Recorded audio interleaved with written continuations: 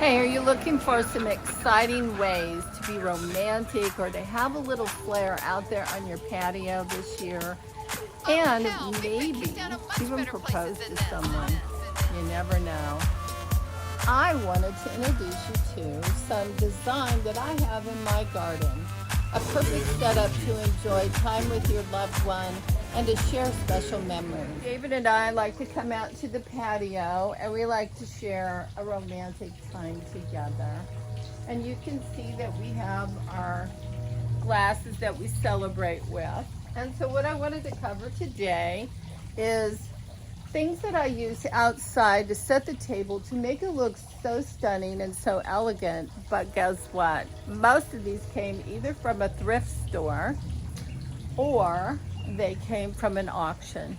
And you'd be surprised at how you can make something so elegant and so beautiful under $100. Now let's talk about the table and chairs.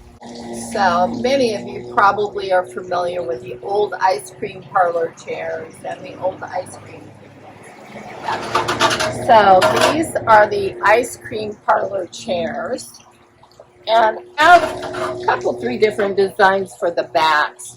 It took me a while, but I finally found a source in a barn in a small town here in Iowa that actually still had quite a few of these antique ice cream parlor chairs that have the hearts on them. There's more intricate. This is very simple, but I just love the hearts.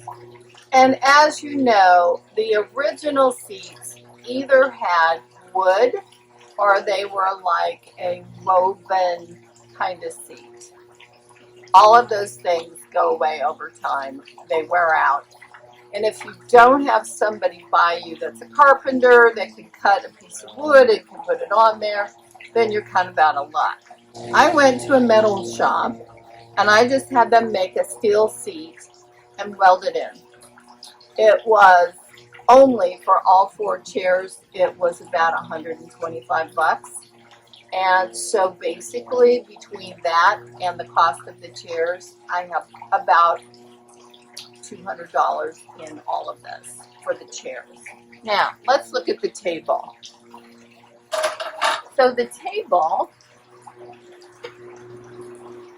has a marble top on it.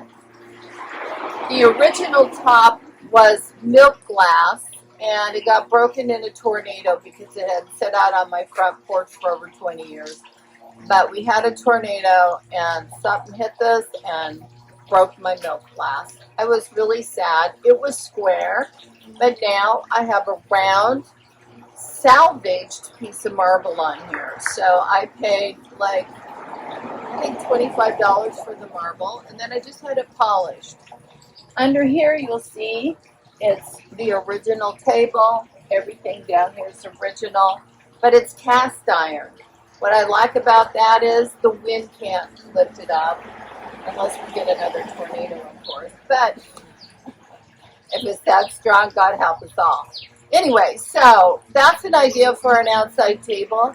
I also love wooden workbenches that are weathered, that have been through, like maybe in a barn or in a workshop or a shed for decades. I also love to take those and put those out in the garden for a table option.